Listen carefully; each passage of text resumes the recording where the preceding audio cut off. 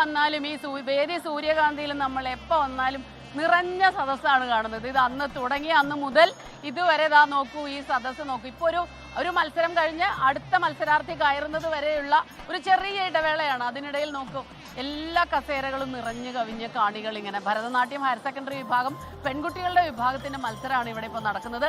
ഇന്ന് ഉച്ച കഴിഞ്ഞാണെങ്കിൽ പിന്നെ പറയാൻ വേണ്ട, മേളം സംഘനൃത്തമാണ്. അതിൻ്റെ ഒരു ആനന്ദം വല്ലാത്തതാണ്. നമ്മളെല്ലാ തവണയും കാണുന്നതാണ് സംഘനൃത്തം. ഓരോ ഇനമായി ഇങ്ങനെ വന്നു പോകുമ്പോഴേക്കും നിറയെ ആളുകൾ. അടുത്ത ഐറ്റം അത് കയറാറായി. അടുത്ത മത്സരാർത്ഥിക്കുള്ള സമയമായിരിക്കുന്നു.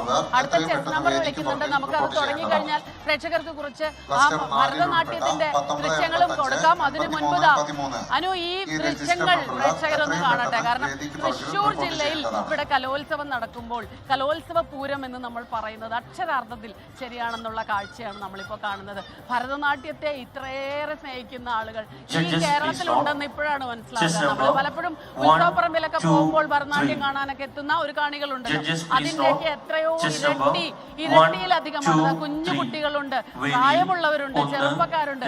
അങ്ങനെ അങ്ങനെ അങ്ങനെ കൂട്ടത്തോടെ കുടുംബത്തോടെ.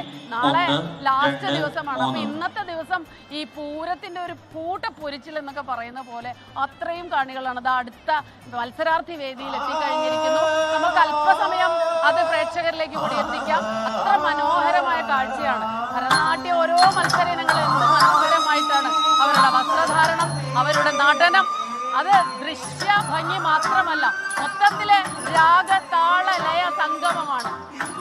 ലോകത്തെവിടെയായാലും ഏത് സമയത്തും 24 വാർത്തകളും ഓഗ്മെന്റഡ് റിയാലിറ്റി പാക്കേജുകളും എക്സ്പ്ലെയിനറുകളും വിശദമായി കാണാൻ ഞങ്ങളുടെ യൂട്യൂബ് ചാനൽ നിങ്ങൾക്ക് സബ്സ്ക്രൈബ് ചെയ്യാം.